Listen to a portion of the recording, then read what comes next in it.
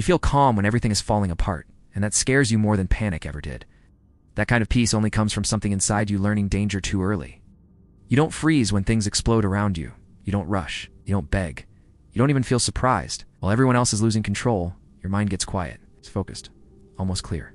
And you've probably told yourself that means you're strong, that you're built differently. But there's a part of you that quietly wonders why chaos feels so familiar, like a place you've been before. Think about it. Attention fills a room, your body doesn't react the way it should. Your heart doesn't race. Your hands don't shake. You don't feel the urge to escape. Instead, you feel present, alert, ready, as if this is the moment you were waiting for. And that's the unsettling part, because calm isn't supposed to live here. Calm is supposed to come after the storm, not during it. Somewhere along the way, your nervous system learned a strange rule. Silence can be dangerous. Peace can disappear without warning. And when things are finally calm, that's when you should stay alert. So now, when chaos shows up, your body relaxes, because chaos doesn't surprise you. Chaos makes sense, okay? Feels honest. You might notice this in small ways. You're the one people lean on during emergencies. But when life is quiet, you feel restless, bored, disconnected. You crave intensity without realizing it. Drama, pressure, emotional storms. They wake something up inside you, not because you enjoy pain, but because your mind knows how to survive there. If this is hitting close to home, pause for a second. If this already feels uncomfortably accurate, that's not an accident. You're not alone here. If you're finding meaning in this moment, take a second to like the video and subscribe. Mind in Shadow is where we explore the parts of the mind most people avoid. And staying connected helps this channel reach the people who need it most. Here's the part most people never talk about.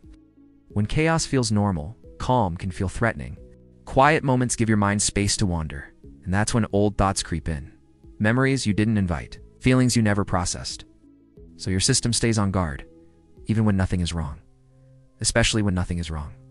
You might struggle with relationships because intensity feels like connection. Calm feels distant.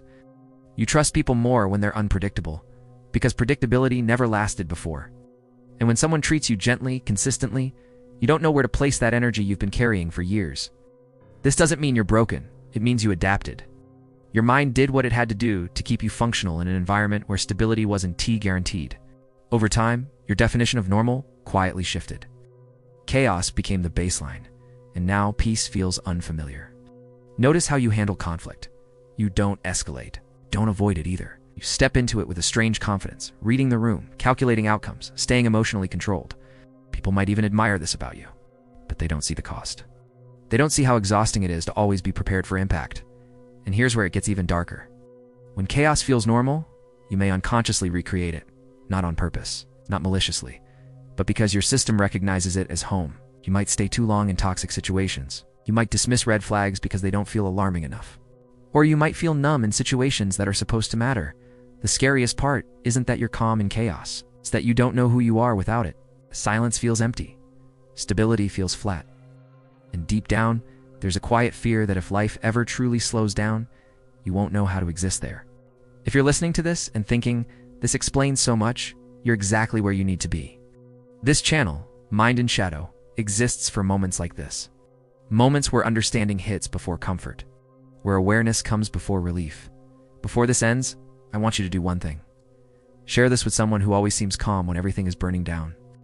Or leave a comment and tell me what part of this felt personal, not polished, not what you're supposed to say. Just real. Because the more these conversations happen in the open, the less power silence has over people like you. And if you're still here, still listening, still feeling that quiet recognition, then stay close. There's more to uncover.